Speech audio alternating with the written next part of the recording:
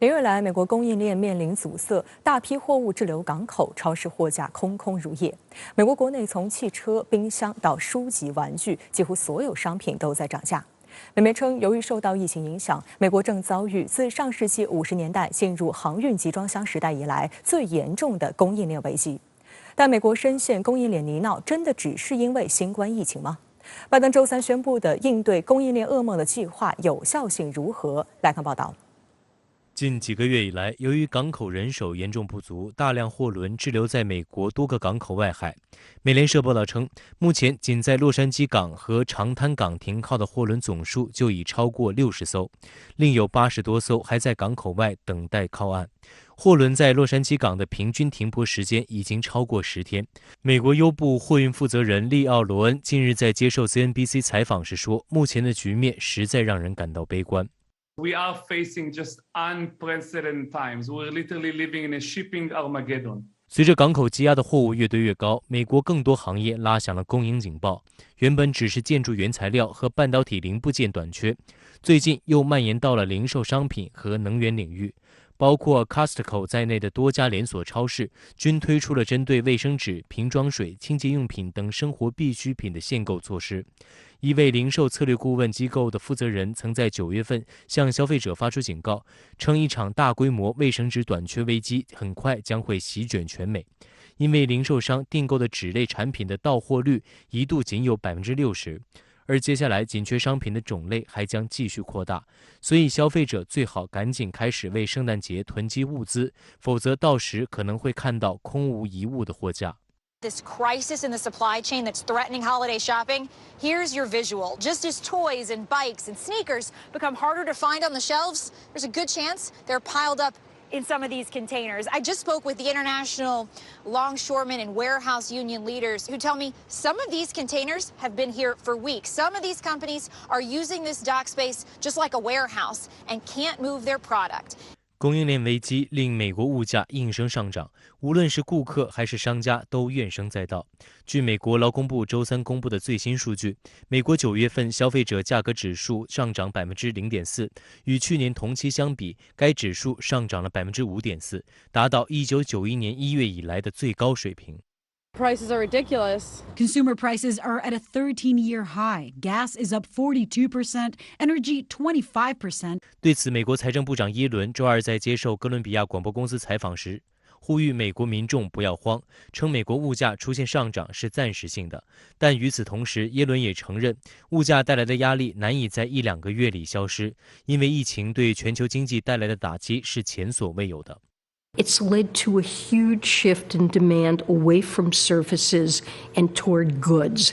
And it's created huge bottlenecks in supply chains. As we get the pandemic under control, the global economy comes back, these pressures will mitigate, and I believe we'll go back to normal levels. There may be isolated shortages of goods and services in the coming months, but there is an ample supply of goods, and I think there's no reason for consumers to panic. 供应链危机与美国公司长期对外依赖息息相关。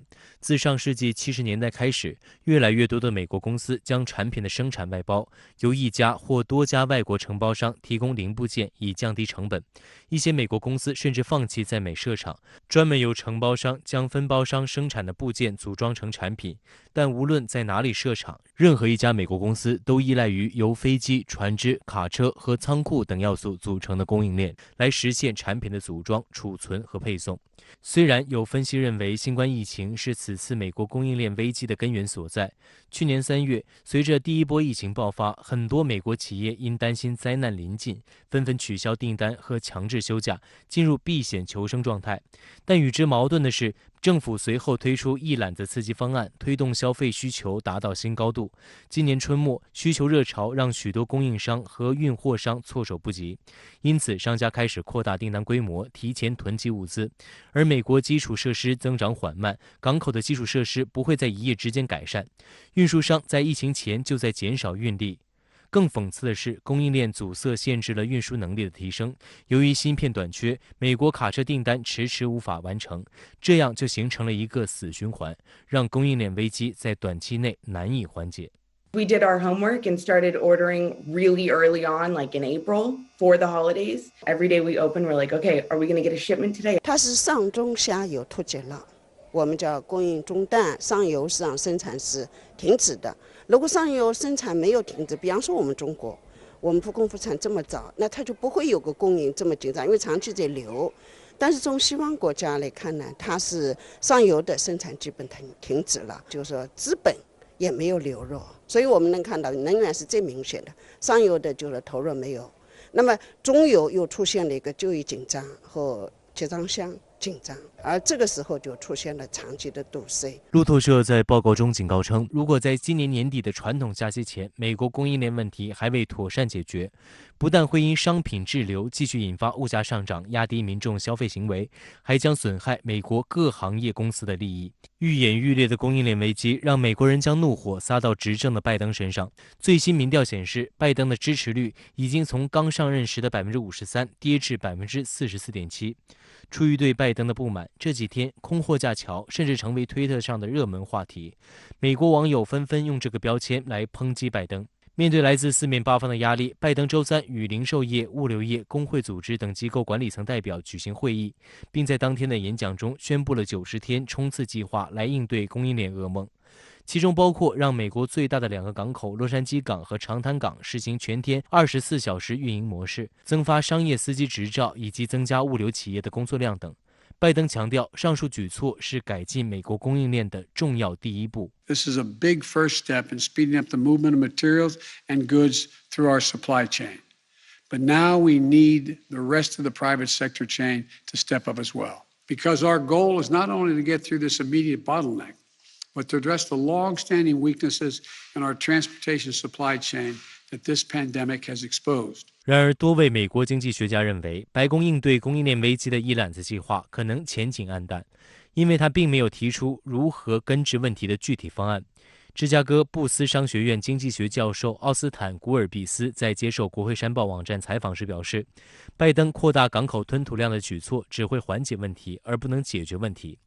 哈佛大学肯尼迪学院经济政策教授杰森·福曼则干脆表示，美国缺乏处理供应链危机的现成剧本。中国现代国际关系研究院世界经济研究所研究员陈凤英向深圳卫视表示，对于拜登来说，想要可持续地解决供应链问题，关键在于要对供应链和产业链进行调整，加强本土生产力。我认为这一场危机就能看出来，制造对一个国家是非常重要的，因为它保证一个国民的基本生活。那像我们为什么不会出现？因为我们在制造，但是美国和欧洲就出现问题。所以我认为，首先一个国家的需求必须要保证基本的国内需求，然后必须保证供应链的安全。但是这个问题在这次新冠病毒下，给大家都是敲响了个警钟。所以我想，未来的供应链和产业链调整可能是个非常关键的。实际上，美国此次的供应链危机与美国发起的贸易战关系更大。今年7月下旬，美国商界就曾有人抱怨称，虽然美国现在消费需求迅猛增长，进口规模不断扩大，这是经济正在持续复苏的良好征兆，但是受贸易战影响，企业承受的关税和运输成本也在水涨船高，一场运输危机已经逼近美国企业的底线。另一方面，美国对中国产品加征关税后，许多企业把视线投向东南亚，一些企业在孟加拉国、泰国、印尼和马来西亚寻找供应商，但东南亚许多国家缺乏发达的交通运输基础设施及港口，也会导致延迟交货时间和其他风险。好，新闻话题马上来连线特约评论员陈斌。陈先生你好。美国供应链最近问题多多，有媒体说离开后才发现美国根本离不开中国制造，那您对这种说法怎么看呢？美国供应链呢，的确出现了比较大的问题。一方面呢，是超市货架空空，消费者买不到他们的所需；另外一方面呢，集装箱在港口的码头堆积太多，连存储的地方都没有。而国内货车司机短缺，没法及时呢把货物从码头运往超市。这圣诞节呢快到了，眼看着一个凄迷的节日要来临，美国民众呢都埋怨拜登政府治国无方。居然呢，让人呢连个圣诞节都过不好。于是呢，美国民众呀，把国内经济摆在了第一担忧，这个新冠疫情呢都位居第二了。拜登的支持率呢也下降到了44%。可见呢，供应链出现问题已经影响到了政治和民意了。